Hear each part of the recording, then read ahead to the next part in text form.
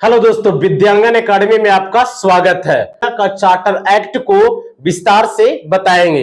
इसके पहले 1600 का एक्ट, 1726 का एक्ट और 1773 का रेगुलेटिंग एक्ट, 1784 का पिट्स इंडिया एक्ट, 1786 का एक्ट और 1793 का प्रथम चार्टर एक्ट और 1813 का एक्ट, चार्टर एक्ट को विस्तार से बता चुके हैं, जिसका लिंक डिस्क्रिप्शन में दे देंगे। यदि आपने नहीं देखे हैं तो देख लीजिएगा। क्लियर हुआ? ब्रिटिश पार्लियामेंट के द्वारा कानून पारित किया गया, उसी को समझाने का प्रयास करेंगे। तो ध्यान से समझिए, 1833 का जब चार्टर एक्ट पारित हुआ था, उस समय ब्रिटेन के शासक कौन थे, अर्थात ब्रिटेन के राजा कौन थे?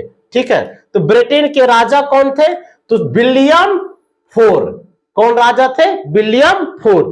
यानी 1833 ईस्वी के चार्टर एक्ट जब पारित हुआ था, उस समय ब्रिटेन के सम्राट कौन थे? तो कौन थे? William four. यानी ब्रिटेन के राजा शासक या ब्रिटिश क्राउन कौन थे? तो विलियम फोर। याद रखिएगा, यहां से भी अक्सर प्रश्न पूछा जाता है, क्योंकि इनका हस्ताक्षर भी उस अधिनियम में महत्वपूर्ण भूमिका निभाता था। ठीक है, तो 1833 का चार्टर एक्ट के समय शासक विलियम फोर, और उस समय ब्रिटेन के प्रधानमंत्री कौन थे? तो ब्रिटेन के प्रधानमंत्री थे लॉर्ड ग्रे। यानी 1833 ईस्वी के समय ब्रिटेन के प्रधानमंत्री कौन थे? तो लॉर्ड ग्रे थे।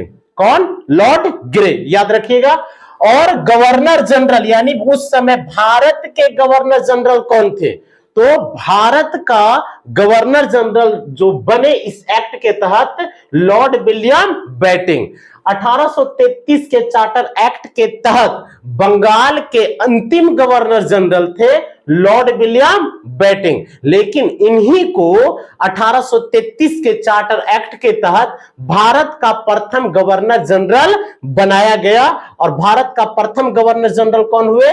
तो लॉर्ड विलियम बेटिंग। किस एक्ट के तहत इनको बनाया गया? तो 1833 के चार्टर एक्ट के तहत बनाया गया था। ठीक है, 1833 का चार्टर एक्ट का मुख्य उद्देश्य क्या था? तो मुख्य उद्देश्य 1833 का चार्टर एक्ट का वो क्या था? तो ध्यान से समझिए कि ब्रिटिश ईस्ट इंडिया कंपनी की वित्तीय, विधायी और प्रशासनिक क्षेत्रों पर, यानी ब्रिटिश सरकार का केंद्रीयकरण करना। यानी ईस्ट इंडिया कंपनी भारत में वित्तीय क्षेत्र में या फिर विधायी यानी कानून वगैरह के क्षेत्र में, और प्रशासनिक यानी सैन्य वगैरह, राजस्व वगैरह के क्षेत्रों पर ब्रिटिश सरकार ने पूरे भारतीय क्षेत्र को केंद्रीयकरण कर लिया, अर्थात अपने हाथों में आंशिक रूप से ले लिया। पूर्ण रूप से ईस्ट इंडिया कंपनी को समाप्त 1858 के अधिनियम में किया गया, लेकिन इसके पहले 1833 के अधिनियम के तहत ब्रिटिश ईस्ट इंडिया कंपनी पर वित्तीय और विधायी शक्तियों पर नियंत्रण कर लिए। कौन? ब्रिटिश पार्लियामेंट के द्वारा किया गया, और प्रशासनिक कार्यों पर भी नियंत्रण किया गया। ठीक है, और पूरे ब्रिटिश क्षेत्र को किसके अधीन कर दिया गया? तो ब्रिटिश क्राउन या फिर ब्रिटिश सरकार के अधीन केंद्रीयकरण कर दिया गया, अर्थात यह क्षेत्र अब आंशिक रूप से किसका होगा? तो ब्रिटिश क्राउन का होगा, ब्रिटिश सरकार का होगा, या ब्रिटिश पार्लियामेंट के अधीन होगा। क्लियर है? पूर्ण रूप से नहीं, पूर्ण रूप से 1800 कितना में 58 के अधिनियम में किया जाता है। ठीक है, लेकिन आंशिक रूप से 1833 के चार्टर एक्ट में कर दिया गया। ठीक है, नेक्स्ट आगे चलते हैं। तो देखिए 1833 का चार्टर एक्ट था, इसका विशेषता क्या था? तो 1833 का विशेषताएं क्या था? तो बंगाल के गवर्नर जनरल, याद रखिएगा, यानी बंगाल का क्या? Governor general. रेगुलेटिंग एक्ट 1773 के तहत बंगाल का प्रथम गवर्नर जनरल वैरेन हेस्टिंग्स को बनाया गया था। ठीक है, लेकिन बंगाल का गवर्नर जनरल था बंगाल का, लेकिन 1833 के चार्टर एक्ट के तहत क्या किया गया कि बंगाल के गवर्नर जनरल को, जो उस समय लॉर्ड विलियम बेटिंग थे 1833 के समय बंगाल का गवर्नर जनरल, को भारत का प्रथम गवर्नर जनरल बनाया गया। क्या बनाया गया? भारत का प्रथम गवर्नर जनरल बनाया गया। किनको बनाया गया? तो लॉर्ड विलियम बेटिंग को बनाया गया। किनको बनाया गया? तो लॉर्ड विलियम बेटिंग को बनाया गया भारत का प्रथम गवर्नर जनरल। किस अधिनियम के तहत बना? तो 1833 के चार्टर एक्ट के तहत बनाया गया और इनको कुछ शक्तियां प्रदान किया गया। पहले बंगाल का गवर्नर थे, लेकिन जब भारत के गवर्नर जनरल बने, भारतीय क्षेत्र का गवर्नर जनरल बने, तो इनको कुछ शक्तियां दिया गया। कौन कौन सा? तो नागरिक शक्तियां दिया गया और सैन्य शक्तियां प्रदान किया गया। किनको दिया गया? गवर्नर जनरल को। यानी सेना में अपना निर्णय ले सकते हैं, नागरिक शक्तियों में अपना निर्णय ले सकते हैं या निर्णय दे सकते हैं। ऐसा शक्तियां प्राप्त हुआ किनको? तो गवर्नर जनरल को। ठीक है, और इनको और शक्तियां दिया गया, विधि निर्माण की शक्तियां दिया गया। विधि का मतलब कानून। कुछ क्षेत्रों में कानून बना सकते हैं। कौन बना सकते हैं? गवर्नर जनरल बना सकते हैं। कौन कौन सा क्षेत्र में? तो बॉम्बे और मद्रास के क्षेत्र में। अब ऐसे समझिए, बहुत ही महत्वपूर्ण कि देखिए, ये था बॉम्बे प्रेसिडेंसी क्षेत्र। कौन सा? बॉम्बे प्रेसिडेंसी। और ये पूरा था मद्रास प्रेसिडेंसी क्षेत्र। ठीक है, और ये था बंगाल प्रेसिडेंसी क्षेत्र। लेकिन 1773 के एक्ट के तहत बॉम्बे प्रेसिडेंसी और मद्रास प्रेसिडेंसी को अधीन कर दिया गया बंगाल प्रेसिडेंसी का। जो गवर्नर हुआ करता था, उसे क्या कर दिया गया कि बंगाल का गवर्नर जनरल बना दिया गया। और बंगाल के जो गवर्नर जनरल होंगे वो बॉम्बे प्रेसिडेंसी और मद्रास प्रेसिडेंसियों का अधिकार क्षेत्र बंगाल के गवर्नर जनरल के अधीन होगा। ठीक है, जो कौन प्रथम बार बने थे? तो वैरेन हेस्टिंग्स 1773 ईस्वी में। आगे चलकर यही क्षेत्र बंगाल के गवर्नर जनरल को भारत का गवर्नर जनरल बना दिया गया 1833 के चार्टर एक्ट के तहत। यानी बंगाल के जो गवर्नर जनरल थे उस समय कौन थे? 1833 के चार्टर एक्ट के ठीक पहले तो लॉर्ड विलियम बेटिंग बंगाल के गवर्नर जनरल थे और उन्हीं को 1833 के चार्टर एक्ट के तहत भारत का गवर्नर जनरल बना दिया जाता है और उनको शक्ति दिया जाता है कि आप बॉम्बे प्रेसिडेंसी का कानून, विधायी या सैन्य या किसी भी क्षेत्र में आप निर्णय या निर्णायक अधिकार आप रखते हैं। और मद्रास प्रेसिडेंसी और बॉम्बे प्रेसिडेंसी दोनों से विधि निर्माण का अधिकार गवर्नर जनरल को प्राप्त हुआ 1833 के चार्टर एक्ट के तहत। क्लियर हो गया? नेक्स्ट, इसी में समझिए कि बंगाल का प्रथम गवर्नर किसे बनाया गया? बंगाल का गवर्नर जनरल जो भारत का प्रथम गवर्नर जनरल बने तो लॉर्ड विलियम बेटिंग। और इनको कुछ अधिकार दिया गया, नागरिक, सैन्य अधिकार और कुछ विधि निर्माण यानी कानून निर्माण का अधिकार मिला। कौन कौन सा क्षेत्र में? तो बॉम्बे प्रेसिडेंसी और मद्रास प्रेसिडेंसी वाले क्षेत्र में, जो इसके पहले आपको बताए, ठीक है, समझाए थे। नेक्स्ट आगे चलिए, क्योंकि इसका विशेषता और बहुत महत्वपूर्ण है। गवर्नर जनरल के कार्यकारिणी परिषद। ठीक है, गवर्नर जनरल का कार्यकारिणी परिषद। तो गवर्नर जनरल के कार्यकारिणी परिषद में 3 सदस्य थे। कितना सदस्य? 3। वैरेन हेस्टिंग्स के कार्यकारिणी परिषद में 1773 में 3 कार्यकारिणी सदस्य थे। ठीक है, चैम्बर्स, लेमेस्टर और हाइड। ठीक है, चौथे सदस्य के रूप में 1833 ईस्वी में एक सदस्य जोड़ा गया। चौथे सदस्य के रूप में 1833 में जोड़ा गया और वो कौन सदस्य? एक विधि सदस्य के रूप में जोड़ा गया। यानी कानून को संरक्षित करने के लिए एक सदस्य जोड़ा गया, इनको नियुक्त किया गया। और वो सदस्य कौन थे? Lord Macaulay. याद रखिएगा, यहां से एग्जाम में आता है कि गवर्नर जनरल के परिषद में 1833 ईस्वी के चार्टर एक्ट के तहत कैमे सदस्य जोड़ा गया? तो चौथे सदस्य जोड़ा गया। किस रूप में जोड़ा गया? तो एक विधायी सदस्य के रूप में जोड़ा गया। और प्रथम सदस्य कौन बने? यानी चौथे सदस्य के रूप में इस एक्ट के तहत कौन बने? तो लॉर्ड मैकाले बने, ठीक है ना, जो प्रथम विधि सदस्य कहलाए। क्या कहलाए? प्रथम विधि सदस्य। और लॉर्ड मैकाले को बनाया गया विधि सदस्य वे अस्थायी थे, अस्थायी नहीं। गवर्नर जनरल के कार्यकारिणी परिषद में अस्थायी सदस्य नहीं इनको बनाया गया। कैसा? अस्थायी।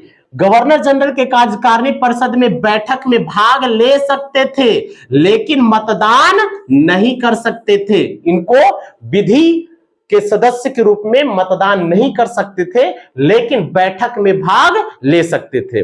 अर्थात गवर्नर जनरल के कार्यकारिणी परिषद में पहले से 3 सदस्य था, चौथे सदस्य के रूप में एक विधि सदस्य को जोड़ा गया।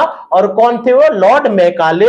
और ये जो अस्थायी रूप से नहीं जोड़ा गया, कैसा? अस्थायी। और कार्यकारिणी परिषद का जब बैठक हुआ करता था तो उस बैठक में भाग ले सकते थे लॉर्ड मैकाले, लेकिन उस बैठक में जो मतदान क्रिया होता था उस मतदान में इनका अधिकार प्राप्त नहीं था, ठीक है ना। किस चार्टर एक्ट के तहत? तो 1833 के चार्टर एक्ट के तहत, ठीक है। और मैकाले ने क्या किया? इनको नियुक्ति कब किया गया? तो 1834 ईस्वी में। ध्यान दीजिएगा, कितना में? 1834 में। यानी विधि सदस्य के रूप में भारत में कौन नियुक्त हुए चौथे सदस्य के रूप में? तो लॉर्ड मैकाले। कब? 1834 ईस्वी में। 1833 के चार्टर एक्ट के तहत इनको नियुक्ति किया गया। और लॉर्ड मैकाले ही नहीं, यानी 4 सदस्यों की एक विधि आयोग का गठन किए। याद रखिएगा, 4 सदस्यों की एक विधि आयोग का गठन किसने किए? तो लॉर्ड मैकाले ने किए। 4 सदस्यों का विधि आयोग का गठन। और उसका कार्य क्या था? तो भारत में, ठीक है, विधियों के संहिताकरण के लिए इनको किया गया। यानी भारत में जो कानून होगा उनको, उस कानून को संरक्षण करेंगे, यानी उसको सुरक्षित प्रदान करेंगे। और जो भारत के लिए या ईस्ट इंडिया कंपनी के लिए जो कानून की आवश्यकता होगी उसको जांच करेगी और नए तरीके से बनाने का प्रयास करेगी। और उस प्रस्ताव जो बनेगा उस प्रस्ताव को ब्रिटिश पार्लियामेंट में या गवर्नर जनरल के कार्यकारिणी परिषद में वो पेश करेंगे। तो इस तरह से इनका अधिकार मिला था। लॉर्ड मैकाले को 1834 में नियुक्त किया गया और इनका अधिकार क्या मिला? विधियों के संहिताकरण, यानी एक जगह इकट्ठा करना। और इसमें कितने सदस्य? 4 सदस्यों का विधि आयोग का गठन किया गया। कब विधि आयोग का गठन हुआ? 1834 ईस्वी में विधि आयोग का क्या किया गया? गठन किया गया। यह भी आप याद रखिएगा।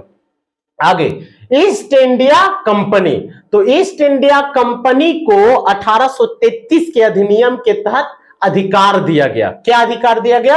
कि आप भारतीय क्षेत्र में कर लगा सकते हैं। क्या लगा सकते हैं? टैक्स लगा सकते हैं। और भारतीय राजाओं को पेंशन दे सकते हैं। वैसे देशी रियासत क्षेत्र या वैसे राजा जो ब्रिटिश अधिकार क्षेत्र में क्या हो गए? शामिल हो गए, उन क्षेत्रों में क्या कर सकते हैं? तो राजाओं को पेंशन दे सकते हैं। यानी जो राजा होंगे, कहां का राजा? तो ब्रिटेन का नहीं, कहां के राजा?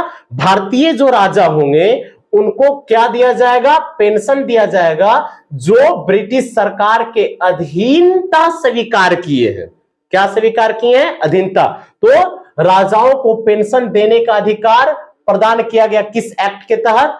तो 1833 के चार्टर एक्ट के तहत। यानी स्पष्ट समझिए कि 1833 ईस्वी के चार्टर एक्ट के तहत ईस्ट इंडिया कंपनी को अधिकार दिया गया कि आप भारतीय क्षेत्र में कर लगा सकते हैं। भारतीय राजाओं को जो अधीनता स्वीकार किए हैं उनको आप पेंशन दे सकते हैं और भारत में न्यायालयों की स्थापना कर सकते हैं। ये अधिकार दिया गया किसे? ईस्ट इंडिया कंपनी को, जो आगे चलकर न्यायालय के क्षेत्र में 1861 का उच्च न्यायालय अधिनियम आता है और 1862 में कलकत्ता, मद्रास और बॉम्बे उच्च न्यायालय का गठन किया जाता है। ठीक है, तो किसको अधिकार मिला? ईस्ट इंडिया कंपनी को अधिकार मिला कब? 1833 के चार्टर एक्ट के तहत। ठीक है, भारत में याद रखिएगा इसी अधिनियम के तहत 1833 के अधिनियम के तहत भारत में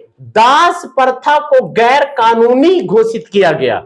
यानी 1833 के चार्टर एक्ट के तहत भारत में दास प्रथा को क्या घोषित किया गया? गैर कानूनी। कानूनी नहीं है, गैर कानूनी है। और आगे चलकर इसी अधिनियम के तहत 1843 ईस्वी में दास प्रथा को पूर्ण रूप से क्या किया जाता है? समाप्त कर दिया जाता है, उन्मूलन कर दिया जाता है। तो दास प्रथा की समाप्ति कब होता है? 1800 कितना में? 43 ईस्वी में, और उन्मूलन कर दिया जाता है यानी समाप्त कर दिया जाता है। किस अधिनियम या किस एक्ट के तहत? तो ये किया जाता है 1833 के चार्टर एक्ट के तहत। ये भी याद रखिएगा क्योंकि यहां से भी प्रश्न पूछे जाते हैं। ठीक है, अब ध्यान दीजिए, ईस्ट इंडिया कंपनी 1833 के चार्टर एक्ट के तहत ईस्ट इंडिया कंपनी के सभी व्यापारिक एकाधिकार को क्या किया गया? तो पूर्ण रूप से समाप्त कर दिया गया। बहुत ही महत्वपूर्ण है। 1813 के चार्टर एक्ट के तहत व्यापारिक एकाधिकार को आंशिक रूप से समाप्त किया गया था। यानी उसमें ईस्ट इंडिया कंपनी चाय का व्यापार कर सकती थी, अफीम का व्यापार कर सकती थी, चीन के साथ व्यापार कर सकती थी 1813 के चार्टर एक्ट के तहत। लेकिन 1833 के चार्टर एक्ट के तहत ईस्ट इंडिया कंपनी के सभी व्यापारिक एकाधिकार या सभी व्यापारिक अधिकार को पूर्ण रूप से क्या कर दिया गया? तो समाप्त कर दिया गया। अर्थात ईस्ट इंडिया कंपनी जो चाय के साथ व्यापार किया करती थी, 1813 में अधिकार जो मिला था कि आप कर सकते हैं, तो उसे समाप्त कर दिया गया। अफीम के साथ व्यापार किया करते थे ईस्ट इंडिया कंपनी, वो भी समाप्त कर दिया गया। और चीन के साथ भी व्यापार नहीं कर सकते। अर्थात एक शब्दों में समझिए कि ईस्ट इंडिया कंपनी को भारत में व्यापार करने का अधिकार पूर्ण रूप से समाप्त कर दिया गया। केवल राजनैतिक शक्तियां इनको प्राप्त दिया गया। यानी व्यापारिक एकाधिकार को पूरी तरह से समाप्त। अब व्यापार भारत में नहीं कर सकते ईस्ट इंडिया कंपनी, केवल शासन संस्था बना दिया गया। किसको? ईस्ट इंडिया कंपनी को। और शासन संस्था में प्रशासनिक शक्तियां और राजनैतिक शक्तियों को ही देखरेख कर सकते हैं। कौन? तो ईस्ट इंडिया कंपनी। और बाकी व्यापार किससे होगा, कौन करेगा? ये व्यापार पूर्ण रूप से समाप्त कर दिया गया। भारत में व्यापार कौन करेंगे? तो ब्रिटेन के अन्य कंपनियां करेगी। भारत में व्यापार कौन करेंगे? तो ब्रिटेन के अन्य बड़े बड़े व्यापारी भारत से व्यापार करेंगे, लाइसेंस लेकर। किससे लाइसेंस लेकर? तो ब्रिटिश पार्लियामेंट से लाइसेंस लेकर व्यापार करेगी। लेकिन ईस्ट इंडिया कंपनी भारत में व्यापार नहीं करेगी। कब से? तो 1833 के अधिनियम के तहत या चार्टर एक्ट के तहत। क्लियर हो गया? ध्यान दीजिए, ईस्ट इंडिया कंपनी को इस एक्ट के तहत 1833 के चार्टर एक्ट के तहत ईस्ट इंडिया कंपनी को 20 और वर्षों के लिए इनको अधिकार बढ़ा दिया गया। ठीक है ना, कि आप प्रशासनिक या राजनीतिक अधिकार कर सकते हैं, यानी आपका अधिकार क्षेत्र रहेगा। ठीक है, लेकिन उस पर नियंत्रण ब्रिटिश पार्लियामेंट का रहेगा। लेकिन 20 वर्षों तक इसका अधिकार क्षेत्र और बढ़ाया गया। ठीक है, जैसे देखिए पहला जो हुआ था कब? 1793 में 20 वर्षों के लिए ब्रिटिश पार्लियामेंट ने।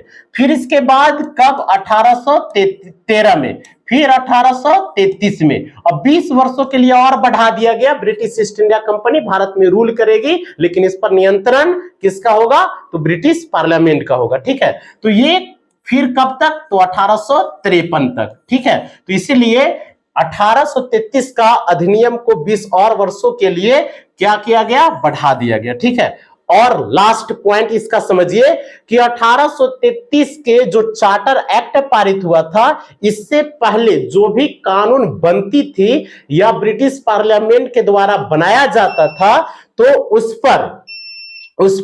उस कानून को नियामक कानून कहा जाता था। क्या कहा जाता था? नियामक कानून कहा जाता था। ठीक है, 1833 के चार्टर एक्ट के पहले नियामक कानून कहा जाता था, और 1833 के चार्टर एक्ट के बाद जो कानून बना उसे अधिनियम कहा गया। क्या कहा गया? अधिनियम। क्लियर हो गया। यानी 1833 के चार्टर एक्ट के पहले जो कानून बना, या ब्रिटिश पार्लियामेंट के द्वारा, या राजलेख था, या चार्टर एक्ट था, जो भी था, उसे नियामक कहा जाता था। क्या कहा जाता था? नियामक। और 1833 या 1833 के बाद जो कानून ब्रिटिश पार्लियामेंट के द्वारा बनाई गई, उसे क्या कहा जाने लगा? तो अधिनियम कहे जाने लगा। क्लियर हो गया। तो आज 1833 का चार्टर एक्ट को विस्तार से बता दिए हैं, और यहां से अक्सर प्रश्न पूछे जाते हैं। और ध्यान से समझिएगा कि 1833 का चार्टर एक्ट 1773 का रेगुलेटिंग एक्ट के बीच सबसे जो ज्यादा प्रश्न पूछा जाता है वो 1833 के चार्टर एक्ट से पूछा जाता है। क्लियर हो गया। तो आज यहीं तक। Thank you.